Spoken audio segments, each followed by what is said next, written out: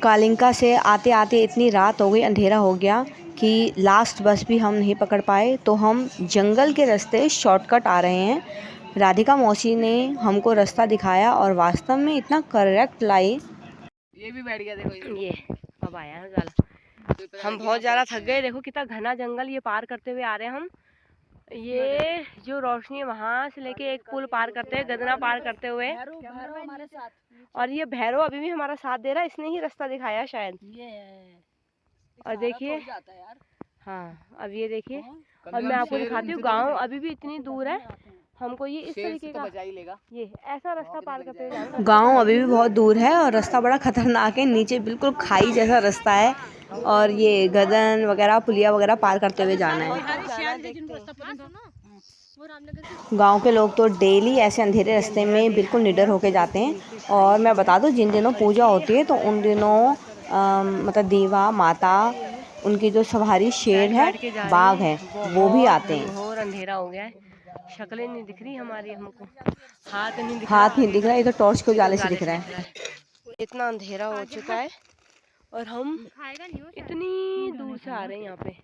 वहाँ पे तो उसने खाया नहीं। हम अब थक गए, ये सब बैठ गए। अब टॉर्च के मोबाइल की लाइट जला के हमने रास्ता देखा, थोड़ा टॉर्च चमक रहा, थोड़ा हमारे माथे की चुन्नी। ये जो रोशनी दिख रही है ये गांव है, हमें यहाँ तक जाना है अभी पैदल। हमें रास्ता नहीं मिला, हम गलती से थोड़ा और आगे चले गए, पहले ही थक गए थे। फिर हम सबने अपने अपने मोबाइल की टॉर्च चमकाई और उन्होंने जब देखा तो वो समझ गए कि यही है हमारे मेहमान, फिर वो हमको लेने आए। देखो हम अब अपने घर पहुँच गए। अब हम घर पहुंच गए और मैं दिखाती हूँ हम कहाँ से आएंगे। देखो जो रोशनी दिख रही है, हम इतनी दूर यहाँ से, ये है वो मंदिर, यहाँ से पहुँचे हैं घर। इतनी रात के अंधेरे में राधिका मौसी हमारी गाइड बनी और उन्होंने इतना सही हमको पहुँचा दिया इतने रात के अंधेरे में। वैसे मम्मी के मामा जी का घर बहुत अच्छी जगह है। देखिए ये सामने कालिंका दिख रहा है और इधर है वैष्णो माता मंदिर। अब सुबह हो गई और मैं वो कालिंका देवी देख रही हूँ यहाँ से। मैं सोच रही हूँ मौसी जी आप कैसे ले आए इतनी दूर हमको। वो ईश्वर की शक्ति थी जो हम सही सलामत पहुँच गए इतनी रात को।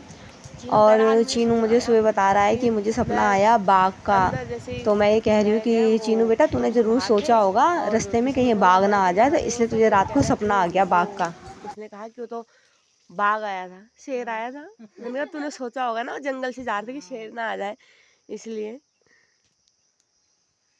अब सुबह हो गई, मैंने सोचा अब तुमको उजाले में बताऊं हम कहाँ से आए थे रात को। ये जो टॉप पे वाइट वाइट दिख रहा है छोटा सा, ये है कालिंका मंदिर। ये है कालिंका। फिर यहाँ एक टावर आया, फिर एक पुल आया, एक गदरा आया, ओ माय गॉड, फिर यहाँ से ये खेत आए, ऊपर चढ़ के हम यहाँ घर आए। और ये देखो मौसी हमको क्या दिखा रहे हैं, उन्होंने हमको प्याज भी दिए हैं कि अपने यहाँ ले जाना। और यहाँ के प्याज इतने टेस्टी होते हैं, बहुत मीठे होते हैं। और हमने भी लालच में देखो हम सब ने पूरा कट्टा भर दिया, इन्होंने कहा जितना मर्जी ले जाना।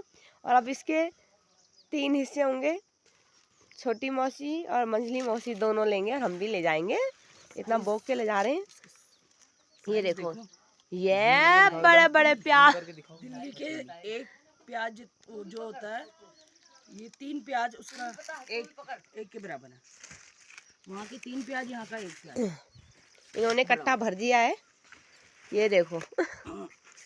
उठाया नहीं जा रहा पर उठाया। हाँ मैं ना, हाँ हम तभी तो अपने साथ ये 2 पहलवान लाए हैं।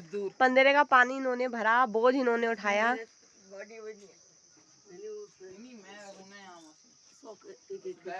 इतने बड़े बड़े प्याज देख के मुझे वो वाला गोविंदा का डायलॉग याद आ गया, ये बड़े बड़े कांदा, शायद आंटी नंबर 1 का है। मामी जी ने अपना प्याज का सारा खजाना दिखाया, अंदर छोटी सी चक्की भी थी। ये भैरव अभी तक हमारे साथ था। ये है चीनू की नानी का घर। मम्मी स्पेशल अपने मामा जी से मिलने आई थी क्योंकि वो बीमार थे, लेकिन जब हम उनके घर गए हमें पता चला कि मामा जी बीमार थे, इसलिए वो खुद दिल्ली और शहर आ गए। लेकिन मम्मी तब भी पुराने घर गई। हर घर में आपको इस तरीके की एक ओखल मिल जाएगी, ये देखिए। और मम्मी ने अपना पुराना घर देखा और मम्मी के मामा जी शहर चले गए इलाज के लिए, लेकिन देखो घरों में ताला वगैरह नहीं लगाया हुआ था।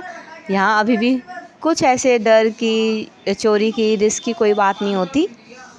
उत्तराखंड के जो पुराने मकान होंगे वहाँ पे अभी भी देखो जो मकान के जो दरवाजे हैं वो छोटे ही होंगे, ताकि आप नमन करते हुए सर झुकाकर ही घरों के अंदर एंट्री करें। ये है चीनू की नानी का घर। देखो यहाँ सुबह भी कितनी खूबसूरत होती है। मम्मी पूरा घर घूमी, फिर मम्मी ने बताया कि एक बार मैं अपनी माँ के साथ आई और मम्मी की मम्मी मतलब नानी जी तो अपने गांव जाने लग गई और मम्मी ने कहा नहीं मैं तो यहीं रहूँगी। और नानी आधे रास्ते तक ही पहुँची होगी, मम्मी कह रही मुझे तो याद आने लग गई माँ की। मैंने कहा नहीं नहीं नहीं, मैं भी जाऊँगी अपनी माँ के साथ वापस। और मम्मी आधे रास्ते गई, लेकिन कहाँ इतनी देर में तो नानी जी बहुत आगे चले गए होंगे। मम्मी कह रही मैं बहुत छोटी थी। हम नाना जी से मिलने गांव गए, लेकिन नाना जी खुद इलाज के लिए दिल्ली आ रखे थे, शहर आ रखे थे, इसलिए हम भी अब शहर की ओर रवाना हो गए। हम अपने घर की ओर दिल्ली की ओर आए और नाना जी से मिले। हम बहुत समय बाद नाना जी को देख रहे हैं और हम कहते हैं नाना जी आप टोपी में ही बहुत अच्छे लगते हैं।